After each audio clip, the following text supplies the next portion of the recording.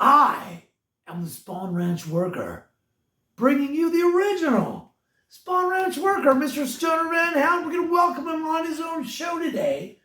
Thank you so much for coming into the studio of Twilight. And David Rogerson, painter, writer, trippy dude. I'm so stoked that you're letting me host your introduction for your fucking dope-ass internet show. Thanks, guys. No. Right on. You're the best, Stoner. I've never been on a show before. Actually, that's not true. I've been on some show. I've been on Brian Dave. I've been on some other show. I take that back. Yeah, but I was on Netflix. I forgot. Were they with love? They're not worth remembering. That's why you remember them. They're not with love. It's like a good tattoo. You know what I mean? You don't remember the guy who did your tattoo? It's like it wasn't that special. Exactly. Well, I remember them. Actually, I remember. Yeah. I actually do remember. That's what makes them cool. Yeah. So what's up, man? Man, I'm so glad you're here because we were here recently speaking. This is part 2, if you're unaware, dose. Yes. Of a discussion about the second night of the Tate LaBianca case. And we're talking about the LaBianca murders that don't get a lot of attention. There's a lot of things that are actually hung on them. We're looking through 3 different filters to refresh your memory if you haven't watched the first video. And if you haven't, there's a link right here. Check them out. Stoner's very, very meticulous about it. Have the link right at the bottom. Boom. So we've got a very loose, I think, very realistic. I haven't read this, but what I know of Nicholas Schreck, he's originally from the Los Angeles area. I believe he's done mentally altering substances. He's seen politics and punk rock and life.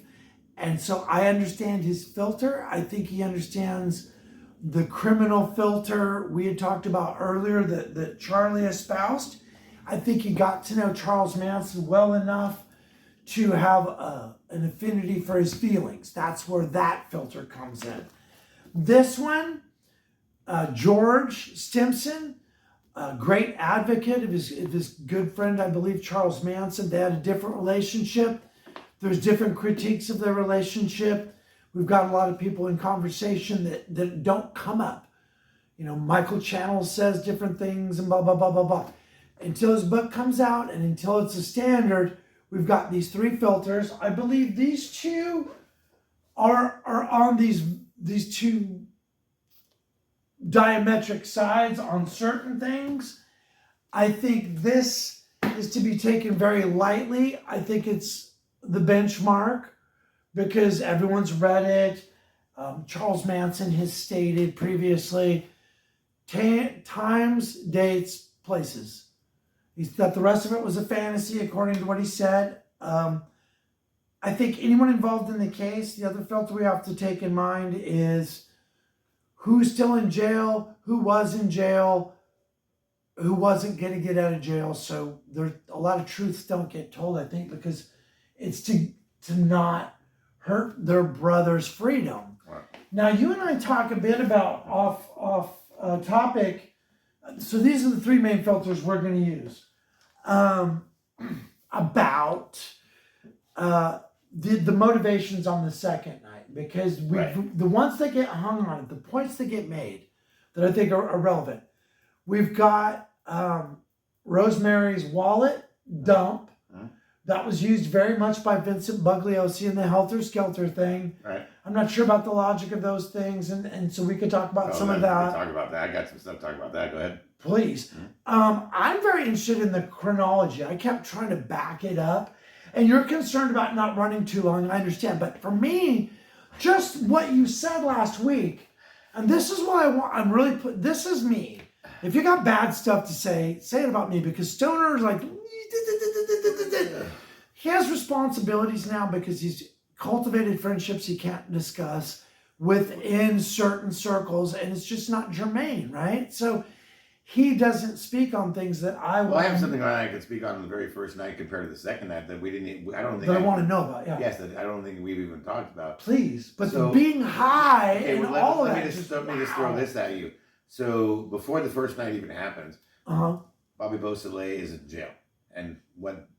Now, what are your thoughts about the murder part? He's in fucking San Luis Obispo with all that evidence. It doesn't even really matter. The point being is that he's in jail and Manson needs money for an attorney. Now, here's my question is, How come? That's what he needs money for money for an Okay. attorney. Now, how come after the first night, after 5 people and a baby are dead, Right. how come the attention goes from you needing money from an attorney now you need money for this Stray Satans? Didn't you need money for the Stray Satans prior to the Bobby Right. Beausoleil with the attorney? So wait a minute. So you weren't concerned about the fucking bikers. You were more concerned about Bobby because you needed an attorney. But then after 5 people and the baby are dead, now you're like, oh no, we need money for the bikers. They're going to come and kill us. They're going to rape the women. They're going to kill. Wait a minute. So you don't care about Bobby anymore? So now, I'm just saying. So did Manson's attitude change all of a sudden in 24 hours? Right. It changed from we need money for Bobby. Now we need money from the bikers so they don't kill us. Wait a minute. So what about Bobby? What about Bobby? Well, the whole thing is, that warrants the question then, if we're going to get into the bikers, okay, I've had a problem with the mescaline the whole fucking time. What's your problem? Was it mescaline or what? These motherfuckers who write these books, they've never done any goddamn mescaline. Wait a minute, though. But Dude, do you know what doing some fucking mescaline is? And then bikers? Do you know how much mescaline $1,000 would have bought you then? What in the fuck are they? That doesn't make any sense. So whatever. That aside, okay, the drug dealer in me, that blew that. So then we've got. But you're not willing to try something new? Oh, dude, I love mescaline. No, I'm not. I'm just saying though. Isn't that the latest thing? Like, okay, first there's marijuana. All right, we get. Then you get bored with that. All right, there's cocaine. All right, all right. I'm bored with the cocaine. I'm bored with the heroin. Drugs. Why do you think there's goddamn fentanyl today in 2024? Because people are bored with cocaine, heroin. Well, they had it back in the day. Nobody gives a shit about cocaine, heroin, and weed. Yeah. It's all about new prescription pills. That's not the point of this video. These are drugs. But I'm just saying though. But don't you think? Well, you said that the MDMA might have been the reason for the first night. Right. So Well, think about this though. Cutting edge drugs. That's because marijuana was already socially acceptable, and they've already done LSD because of all the things that go on in San Francisco with the. So they already knew about that, and then all of a sudden you're at a party, and you could be the first person to give your friends, "Hey man, I got this new trip. $1,000 worth though. Right. Bro, that's an incredible And you're the coolest amount. person in the city because you're the only one that has it. Amount. So that, come on, at the time. Okay, fair enough. I'm just saying at the time, not now. No, these are the discussions. Yeah. Right. I don't want to fight. That's an interesting discussion. Right. That's it's cool. Debate. What do you guys think about that though? Do you no seriously? That's an interesting thought. Maybe he wanted to have more. Yes, I would totally want to be the guy who was introducing a new drug. I hadn't thought of it in those terms. I'd taken before, and I just imagine it. Okay, you get to be the gateway guy. Think you were the first person who ever did LSD, and then you want everyone else to know about it, and then you give it to your friend. They love it. I love doing it. Everybody loves it. So Absolutely. now you become the man. Now you are Oswald. Okay. You are Osley. So then that was going to be his. And he got. Oh, now that you say that, okay. So you've got an Owsley drug supplier character. Right. If he got to be known because Hinman's behind him, so he was maybe going to be the face of this new drug. Bobby Beausoleil? No, he wanted the prospect for the Straight Satans. That's what I'm saying. So he's trying to walk into the Straight Satans. What a better way to do it? First of all, if he was their supplier, though, Bobby Beausoleil's a dumbass. First of all, look. No, but if you hold up. If you think, let's just say that the mescaline was a hit. If you're going to go with the mescaline, let's just say that was the thing. Right. He became kind of a mescaline kingpin. He wants into the club. He wants to prospect. He's getting his bike together. And then he's got this dope. Well, you're fucking in. That is a different motive. I had never considered that. That's fucking cool. Let me tell you this, though. Because you say... But he is a dumbass. Okay. He was too soft to be a biker. You know bikers, right? Yeah, he's too soft. That boy was soft. You hung out with Hells Angels. You all know. Yeah. Okay. So answer me this. Soft. So do you think maybe the bikers...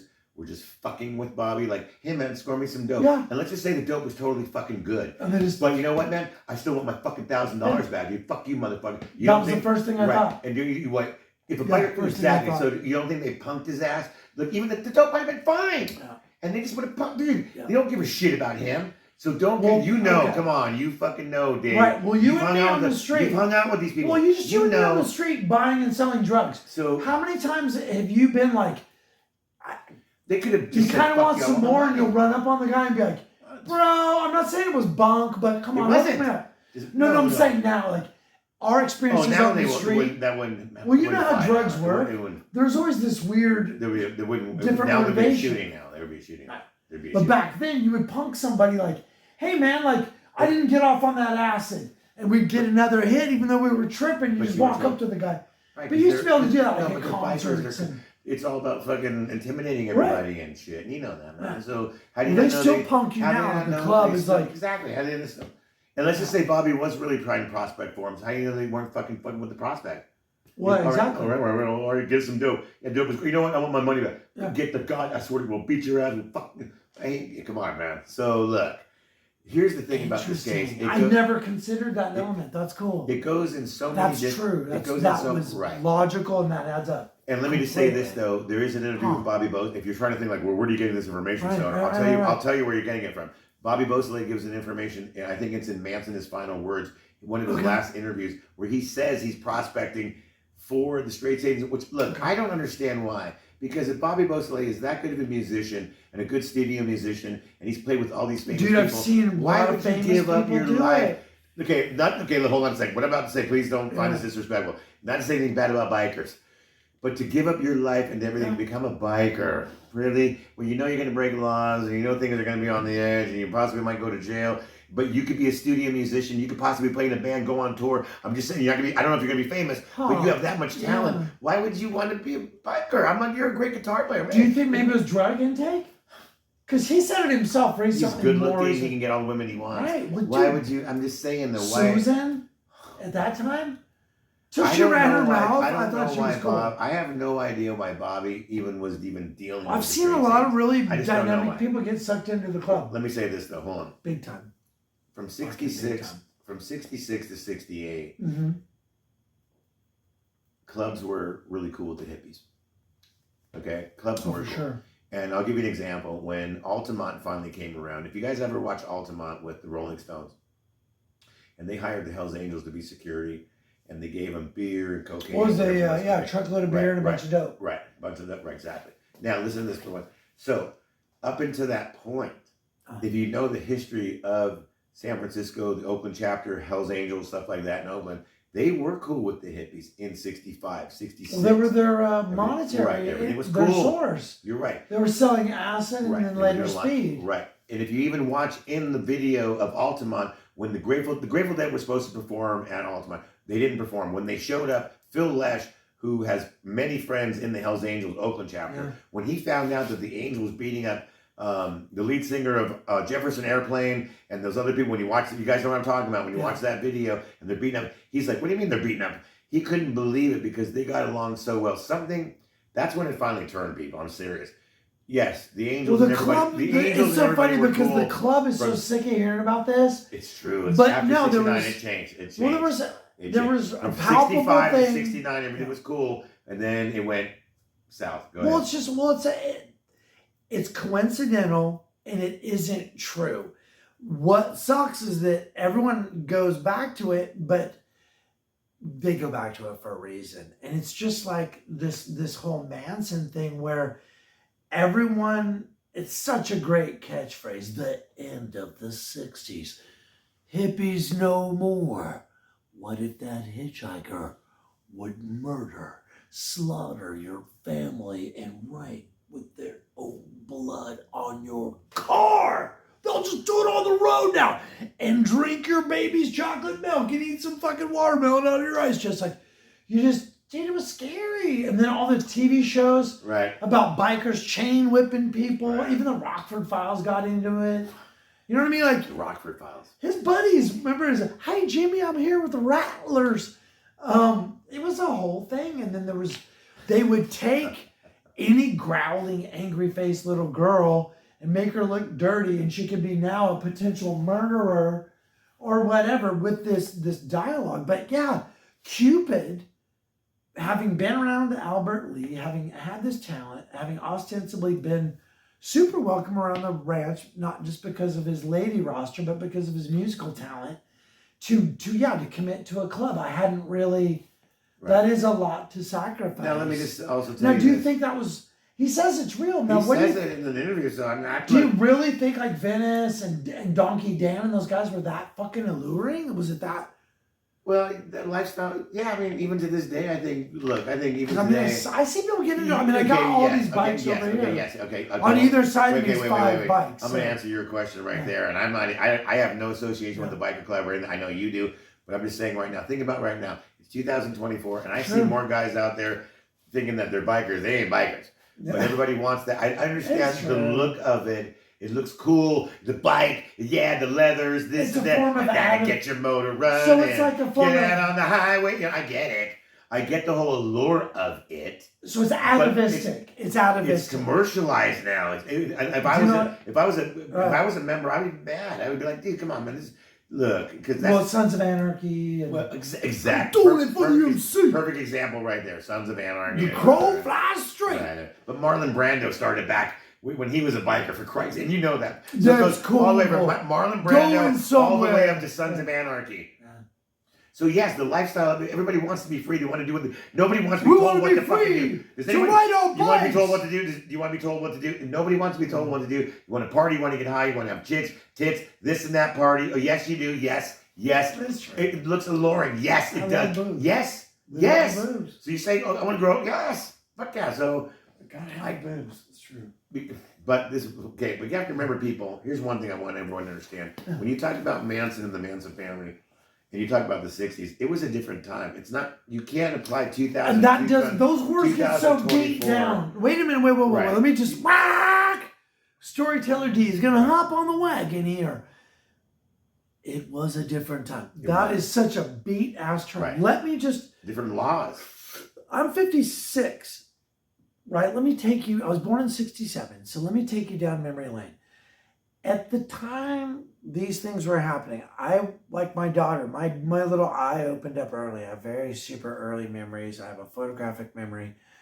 And the things for me that were happening were, there was fear. My parents in the desert would talk, they were called black Muslims.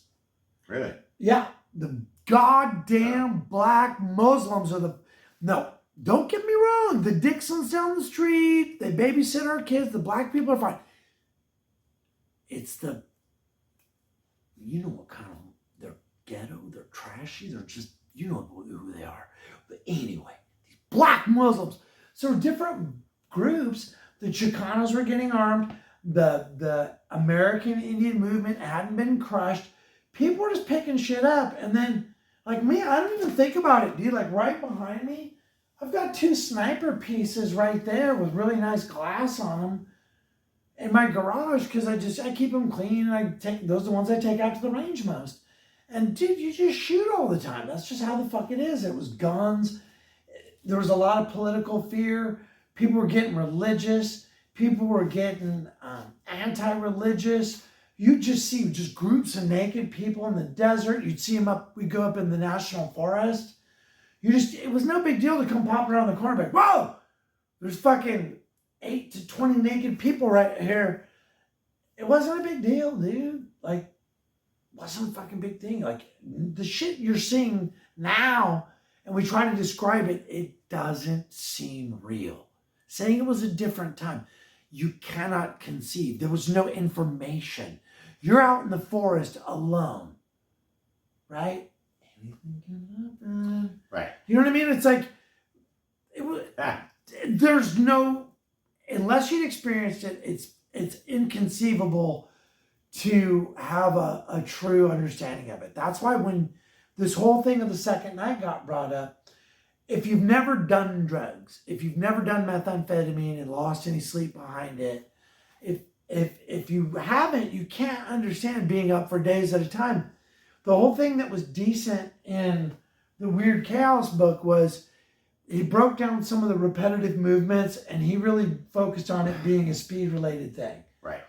The rest of the stuff, I don't have time for. Right. The physical crime stuff and some of his like interviews were good. That's what you do. You hype, you move. It's a thing. You're like, all of a sudden you're going to do something, but then it becomes something more. It's like you're fucking Randy Macho Man fucking Savage over here. You're going to do the damn thing. The neck happens. You're just like, oh yeah, brother. You can't relate it if you've never been in it because it's a complete state of psychosis. So you're in a drug-induced psychosis. You've got Susan Atkins, who, when Casey Fields says, that bitch would rather ball than brawl. I honestly believe, no, first of all, I totally believe that. Okay, let me just say this about Susan Atkins. You want to talk about someone's ego and their whole image being blown up more than it was? Her, I don't see her as a killer. I see her, and I mean See, this. that's what I actually mean I this think- respectfully. She was a whore. She wasn't a murderer. I think she's a professional She sex. would have rather fucked Vortex Perkowski than fucking killed him. I've heard so many people say that. Look, think about this. Okay. Interesting. Okay, Susan Atkins, before she met Manson, she got kicked out of the house. She was already there on San Francisco up there on Market Street, stripping at that little strip club down the road, staying at that fucking little motel place. It was like $12.50 a week, $12.50 a week. She was staying, and then she got kicked out because she ended up having her Johns there too much. So she was whoring on the side, and this is before Manson. So think about this. This woman already psychologically was already fucked up, and even, where's Red's book? Even in Red's book. Oh, dude, Even in you Red's know book. where we keep it? Right here on the right fucking hand, baby. Where's Red's book? Okay. Oh, And dude, even in Red's book. we call it And Mama's I've book. gotten in trouble about this with Red because what she's actually thought about Susan, and what the girls have actually thought about Susan, and it even says it in this book. And I'm not going to go into it because I got in trouble with it. But anyway, but look, Susan Atkins, she's not, in my opinion, she's not a murderer. She didn't kill Sharon Tate. Nope. She did not kill Sharon Tate. She probably held her down, and she probably said to her, said crazy shit. She probably said, "Hey, bitch, yeah, we don't." Because she's high as fucking. And there's nothing. Well, that's what I'm saying. Do you think her and Tex were hyping each other up, and they've been fucking? Because she apparently was just Tex is just this piece of ass, and he's a psycho, and they're on speed, and it just unlocked it. Right. So they've been fucking and hyping each other up. I don't think Susan's murder instincts unlocked because of the speed. I think. No. I'm saying she is just talking shit, and there's my guy. He's doing the thing. No. I think she's a dog that just is all fucking bark and no bite. Well, that's what it seemed like. There's no. And then she snitched everybody off. So just because you tell somebody, hey, I don't give a fuck what you think, bitch, you're gonna die tonight. Yeah. Technically, is that illegal? That's a threat. That sounds like a threat. It is a threat. But did she actually kill her and like put a knife in her? No, I don't. Well, dude, she pitched her knife. I think she pitched her knife in the fucking. I think she purposely. Think about this for 1 second. Knife. Let me ask you. I think she threw her knife in the child. Let me ask you this. So out of both nights, out of everybody that was killed, the 7 people, let's just start with Sharon. I think Tex killed Sharon. I think Tex killed fucking Sebring. He shot him. I think Tex killed fucking Vortex Perkowski. He stabbed him 56 Dude, times. that guy was big. Now, Abigail Folgers. Here's where Patricia Krenwinkel comes in.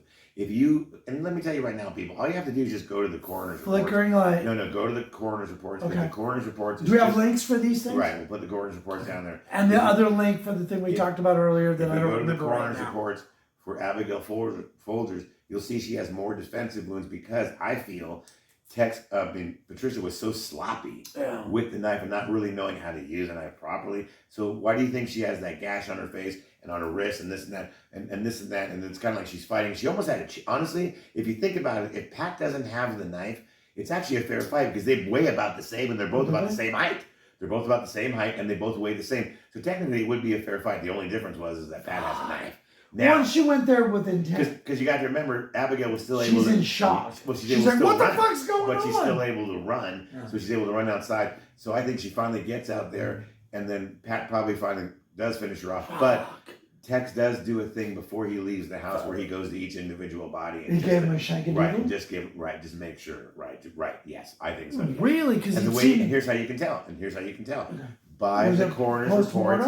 Were they postmortem? Everybody who had a knife, it was a different size. So when you look at the knife wounds on the bodies, on the victims, the width of the knife, Tex having the biggest width, the biggest one, that's Tex. It was like 1.5 inches. He had like a buck knife or some shit. Like a big hunter. And then fucking one had like if you look at the width, right, and then the other ones were a little bit smaller, folders. So you can tell who. So those were folders. Right. Everybody had. So it's not like everybody had the same exact knife. No, they didn't. Because he handed them out of the ranch and showed us how to stab everyone. Right, it was 3 different knives, so you can tell who killed who. But Tex basically kills everyone the first night. Pat kills a little bit. I know some of you are going to say that Susan stabbed Vortex in the leg or something like that. I don't know about that. Dude, homie. But Susan never, let me make this clear. I feel Susan never puts a knife in Sharon. Never. No. She held her down, says, fuck you, bitch, you're going to die. All that stuff. Okay, that's evil and that's wicked. and maybe scratches her on the face because they have to. Bitch. But I think Kasabian's there though too. I also think Kasabian's there holding the ankles down because look at the coroner's report on Sharon. Yes, look at the coroner's report on Sharon. Really? There's wounds on the side of your neck, like someone's holding you down, and I think even on the contusion, like someone's holding you. Yes, and then here comes somebody else to finish you off. I'm serious. Oh shit. So, but Tex kills everybody. I think the only person that Tex doesn't kill is Gary Henman. Honestly. Oh, and Papa and lots of Papa. Those are the only two people that Tex doesn't kill. He doesn't kill lots of. Oh wait a minute. Well, because Papa didn't get burned. He doesn't kill lots. He burns them. But Pop, obviously, Manson cheats him, and then he doesn't kill Gary Henman, but everybody else in between. He actually even helps kill Shorty Shea. Right? Yeah, Shorty. He even helps kill Shorty Shea. So he kills everybody. So everybody's saying like the Manson family, the Manson girls kill everybody. What Manson girls actually killed anybody except for Patricia? So there's only one real Manson girl that killed anybody, Patricia Krenwinkel. Damn. That's it. I mean, that's it. Well, Leslie Van Houten. Okay, wait. She got a couple. She says post-mortem. Leslie Van Houten. Okay, I take that back. So it's Krenwinkel and Van Houten. There you go. So it's Krenwinkel and Van Houten. They're the only two girls who actually did anything. So it's not like all the Manson girls did any. That's it. So nobody else did anything. So I think a lot of things. And at this point, how many Manson girls do you feel there are? Real? Because in those raids, in the raids, they were like. Oh no, I think there's probably only like 5. True core. Yeah. There's only. No, but I mean, 5. In the group that were hanging around at that point.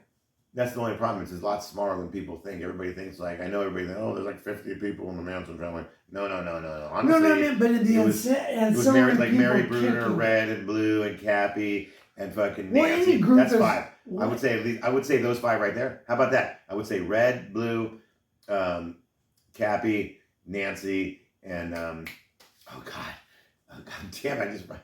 That's 5 right, and that's even. And I didn't even say Gypsy right there. Well, so she came later. You have to remember. What you have to also remember, she's old. 27 is old in the Manson family, and that's old. Sure. That's why Gypsy didn't put up with shit. And she even. I'm just saying that's why the shit happened with her because she had the balls to fucking actually stand up like somebody older would, which makes more sense. So I get that part of it, but that's another story for another day. She held her mud, brother. She did. No, she totally held her mud, man. But as far as like original girls, it was Mary Bruner. Well, no, what I'm saying is Mary Bruner, I meant Cappy, more physically. That's what it was. It was Mary Bruner. It was Mary Bruner, Cappy, Nancy, Lynette, and Sandy. That's 5 right there. Right, you got that. No, I hear you. That's it. No, but what I'm saying in my opinion, that's it. And then the guys came later. Of course. No, what I mean is, that's of course. I mean, at the ranch, at the moment, right there in August, how many people, how many women were there? You had Country Sue, you had all these different people. You had those people who bounced when they heard about Hinman, what's her name? Bounced. No, I don't think so. I think actually not that many people were there. Physically there. Okay. Because if you think about it, after the murders happened, then all of a sudden a lot of people actually showed up after. Well, the raid afterwards, it was like huge. There was like 30, 40, right, but 50 there are people. What about Jenny Gentry? She didn't even get there until like 71, until after people are already. So a lot of people associate themselves with the Manson family after the Manson family actually got arrested. So they never met Charlie or the other 3 girls. But they met the remaining members that were left over in January of 70 and shit like that. So some of them were and then now they associate themselves with the Manson family. Hi, my name is Jenny Gentry. I was in the Manson family. Remember she called up joined Little Paul? Does that mean she called Little Paul on the show? Yeah, exactly. She called Paul. And he's all like, I don't really see where this is going. But it's not that you weren't a part of you were associates of them, and you knew them. I'll give you that. Why is their name in your fucking mouth? There is no Manson family. Why is your name in their mouth? It's a band called Family Jam. Why is your name in their mouth? Because they're just trying to get They're just trying to get their. And that's what I'm talking about. Fuck that. I think that's weak as shit. Well, that's not necessarily true because a lot of people do that, and that's what actually I've done for me. Right, but I think you're sincere about it. But my YouTube, and also my YouTube channel. Wait a minute. Have you made? How much have you made off this? Off of YouTube, nothing. Okay, so no, right. So have you been enriched by this? Okay, look, the only reason why I do that's what I fucking thought. Right, the only thing that I do off of YouTube is it's a sincere the reason I do this is because I'm just trying to stay out of prison. That was the whole intention. In 2011, when I started my YouTube channel, I was trying to keep myself occupied, so I started a true crimes channel, and I just happened to use the Manson family because I live in Chatsworth, California, and I lived right across the street from Spawn Ranch. There was all those bicycle it was very easy for me to do a YouTube channel on this in 2011. So Right. that's the way it started. I didn't realize, and no pun intended, but I didn't realize it was going to spawn into, actually, that pun intended. I didn't realize it was going to spawn into meeting people and all this other kind of stuff. I had no idea. I was just trying to keep myself occupied so I wouldn't go to prison. And now it's been, this November will be 13 years of me being on YouTube. And because of the Manson family, I'm the only one that can actually say that because of this story, it's the most positive thing in my life, in mine. I can only speak for myself. Do you know how nuts that sounds to people outside Exactly. who don't have a pretext of who you are? Right, exactly. They don't. They really got real right. They can't comprehend that. Charles Manson. But if I wasn't doing this man's life. Exactly. He sounds like a crackhead. Yeah. But no, here's the thing. Here, I'm just going to interject this if I could. Okay, all these years later, was it 55 years later since the crimes? Yes. Because we wouldn't really know about any of these individuals if it weren't for the crimes. Let's just say that. So the crimes were horrific, the victims suffering incalculable, and their families lost just beyond words. Right. So we understand that. But we wouldn't know about these ancillary characters that you and I seem to be more interested in if the crimes hadn't occurred. There wouldn't be the show, first of all. Right. And so what I'm saying is, it's kind of a strange thing to get into, but the way, like, I got brought into it. Similar thing. I'm from the area. I never thought about it. It was kind of a tainted subject. It was, I don't know, maybe you like young girls. Well, dude, you don't have to talk about it. You know what I mean? Right. No one's gonna call the cops on you, but it's like he's got all those, Manson books. You know what I mean? In my town, it wasn't a positive thing. So the fact that I thought the stuff kept finding me, and what I realized was it wasn't that the initial collection found me. I've had to meditate on this a lot. Why is the door here? Why are these things here? It's not about the objects. It's not about anything. I think my childhood, these things were in some way predestined. I can't understand it. I don't want to sound like, what's up, chosen person? I'm a shaman. But it's very interesting to me that I've taken on this custodial role. I don't understand it. It's evolving. I can't say what's going to happen with it. People are like, oh, do this museum or whatever. But I think there's a reason for it. And so I understand what you're saying about it being helpful to you, because I want to build on that, because 13 years later, I feel brought close to yourself, to Casey, to Catcher, to Dawson, to George, to other people as a gift. I wouldn't have known these people. I care about these people. They're good people. No, they're good. Yeah, right. Dude, so he's making family. Right. 55 fucking years later. Right. There's family. And I think it's fucking cool. And I really dig that I've gotten, it's weird to say I've gotten a great piece from this, man. Like, understanding things, coming to terms with my past, reading these various quotes in these books and understanding people's points of view. It's made the language fresh again. Like, it was a different time. You can't say that anymore. It's like the word love got beat up. If we have to constantly refresh our receptors to read anything by Manson or anything involved with the family or of that time, because our palate is so jaded and beat up. The word love has been so fuckeried. So you have to really reread it, because my daughter is 7 years old now. And a lot of the things that come home from church, because she goes to a Catholic school, a lot of the quotes are like from 1 John and these different things. Right. You want to talk about some Charlie Manson, baby. Dude, they're right there. And if you open your heart to it and you see these words, it's interpretations of existing wisdom. And I've had this information, these book forms, for a long time.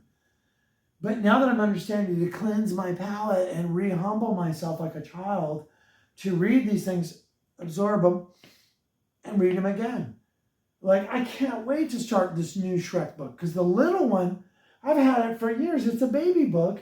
Yeah. And dude, I have to, just like I say, it's like being a sommelier, right? You have to cleanse your palate. You have to cleanse your palate to even think.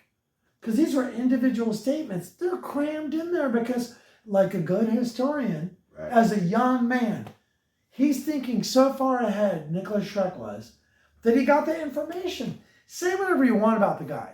He was there. He seems very sincere. He has a great level of integrity. His communication is wonderful. I can't wait to read this thing. I don't know.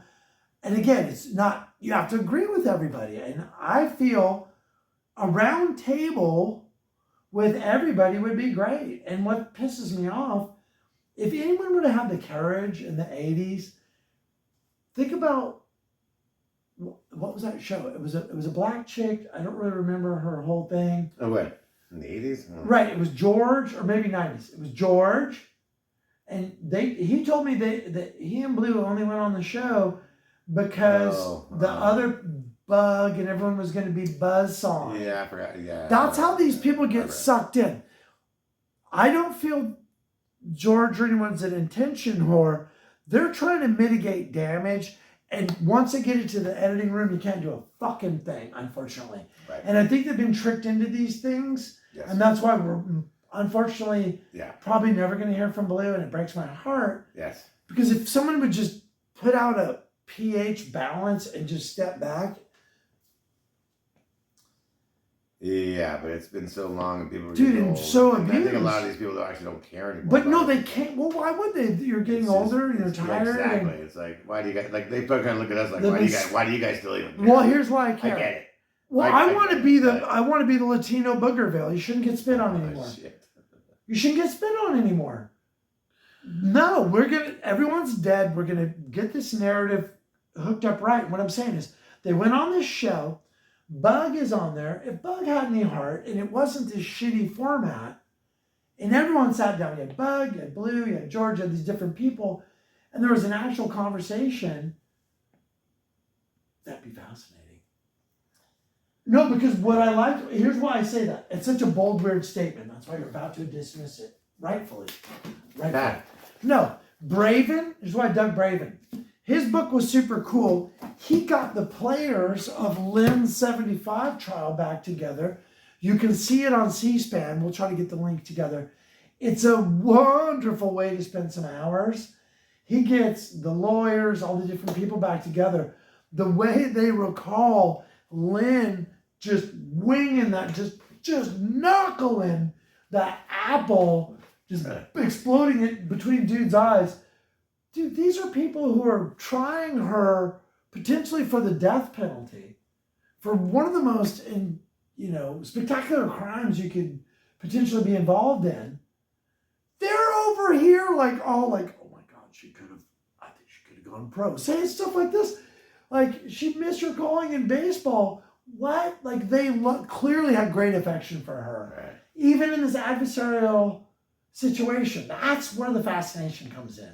And that's why I think people don't understand. That's why when you said that, hey man, it kept me out of prison, bro. And you know what? I appreciated it, but I didn't understand it till I got some wisdom kicked to me personally. And it fucking changed my life. And I sound like a kook when I say it, but it refreshed my palate where I can read the words of Charlie. I can read Lynn's words. I keep her book with me at all times. My daughter trips and knows a lot about her and says a lot of nice things because that's what I say. Or just I get inspired a lot because in times of trouble, right? That's right. Sister Lynn comes to me. There's wisdom in all of it, and so yeah, thanks for telling the truth about how you got into this and being honest about that. That's right. I mean, I've told this over and over and over again. I know I'm on my third channel now, but so please subscribe to my channel, which you're on right now. But No, man. Yeah, that's all this is that's at least for me. Like It's I a said, form of gratitude. It's just it keeps That's me why I don't think out. Like you're if I wasn't taking doing advantage this, of it. then I would be in prison right now. I swear to God, I would be. All right, Stoner Van Houten here. We got to get going. We didn't even talk about the second night. We already did. No, we did. In the Sort first of. part, it's already been about 40 minutes. That's enough right there, man. So Now I Stoner let Van you guys Houten here. David Rogerson. Anything last? I'll give you 1 minute. Go ahead. Anything else you want to say? We're going to go have some burgers and hang out. Yes, go. We're going to get some burgers. Please, in the comments. Yes. In the comments, check it out. What do you think? I'd like to have Stoner back more. I think it makes it easier to talk. I've got hella questions. He's got a lot of knowledge. My thing is, I want everything to be civil. If you're going to say something, Right. Let's keep this civil. I want to restart a lot of what we're doing because he's got this new channel. I'm saying we because if you like this, I would like to reoccur. Yes. I would like to talk to you more. Yes, because we should definitely do another project together. Yes. I want to talk to other people. I want other reflections on. I mean, there's so many characters. Rosine. Right. Tex. Dude, Tex. What the Tex? Whoa. So I just want to be able to talk like that in a different way. I think Right. things are too cut and dry. We don't have an agenda. I think we can talk about filters. We can look into different information. I think it'd be possible to have some guests and talk about some things. I want you guys to understand and think about where do you see things going, not just with conversations, but with this whole Manson study in general. Because I think it's time for us to put some egos down and maybe look at a research center type approach to this where we can have neutral language and neutral conversations and put everything aside for the furtherance of putting any discourse out there. I'm not looking for the information. I don't want to argue with you. Put everything you have. Vomit. And then I think we just look at the gullet and everyone takes what they want. That's how I freaked out Bo Emerson was. I vomited on him because I wanted him to see if there was anything he could use. And he was just like, but that's this world. So thank you very much. In the comments, let us know what you think.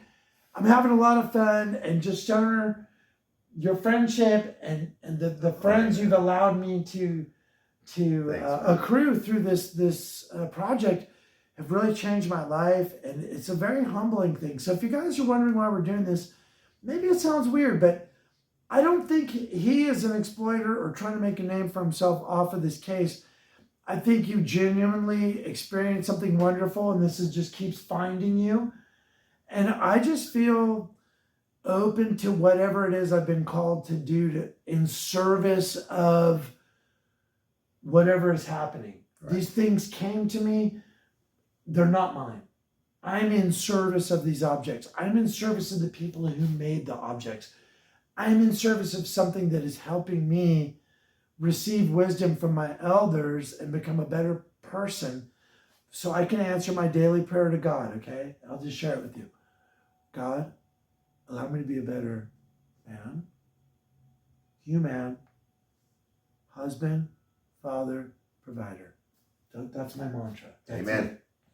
And my elders now that I've been exposed to have shared a lot of great wisdom with me to settle my heart because I've been alone for a long time. And I'm more emotional. You're very realistic. And so thank you for bringing these points of view together and let us know what you think. All right, Ray. It's the David Rogerson Show. Here we go. Here, thank you so much for joining us. My guest, Stoner Van Houten. Take care, everybody. Thank you so much for watching. Yes, all the links will be on the bottom of this video for everything that we talked about here. And please check them out. And please... We're taking no credit for anything. This is all great information. Exactly. People have done a great deal of work. Exactly. We're commentaries. We have feelings. That's about it. And just make up your own mind on this. And we're not telling you what to great believe. to talk. Exactly, my friend. You were awesome, my friend. Thank you. I love you, brother. Seriously, you're... He's great. He's great, isn't he? David Rogerson, people. I just want to support you, dude. Whatever I can do for you. You're awesome, man. It's in service of it, dude. That's all it is. I've been humbled. Take care, everybody. We're out here. Great video.